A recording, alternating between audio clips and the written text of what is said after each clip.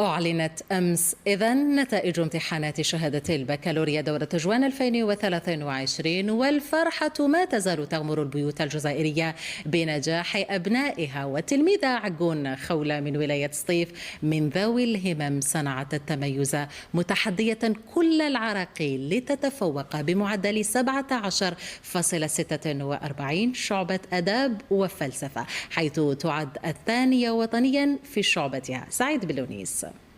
العقاقين دائرة موكلان شمال ولاية سطيف، والتي لا علاقة بتسميتها بهدوء القرية وأهلها، بل لطيبتهم وبساطتهم، إلا أن النبوغ أصيل فيهم، والذي اختصرته عقون خولة بصنعها التميز فقدت البصر ولم تفقد البصيرة، كل مسارها الدراسي بعنوان واحد: التحدي.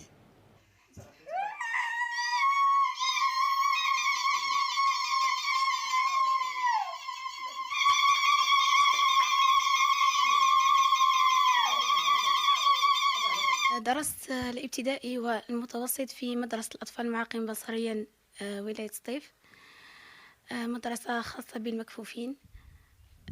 كنت أغدو من هنا إلى هناك يوميا، من هنا من بلدية موكلان إلى سطيف يوميا ذهابا وإيابا.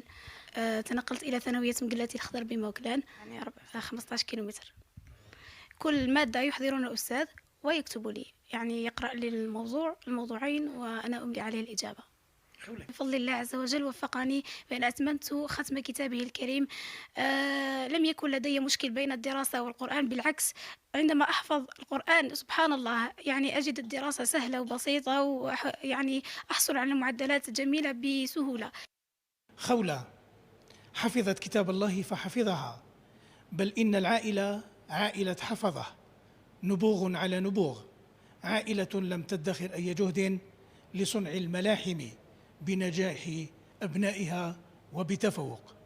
هذا فضل من الله عز وجل أن وفق ابنتي خولة لاحتلال المرتبة الثانية وطنيا، فألف مبروك لنا جميعا وللعائلة وللأساتذة الذين علمونها منذ الطور الابتدائي إلى غاية الثانوي، ولا أنسى معلمها الذي ختمت على يده القرآن. ختمنا يعني مع بعض أنا وأختي خولة، وبارك لها بهذا الامتياز، مبارك لك، وإن شاء الله ربي يوفقنا لما يحبه ويرضى.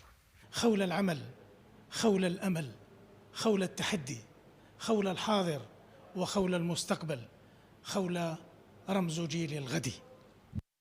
بسم الله ما شاء الله، حفظها الرحمن. سنة ملؤها الجد والمثابرة والإصرار على التفوق في شهادة البكالوريا.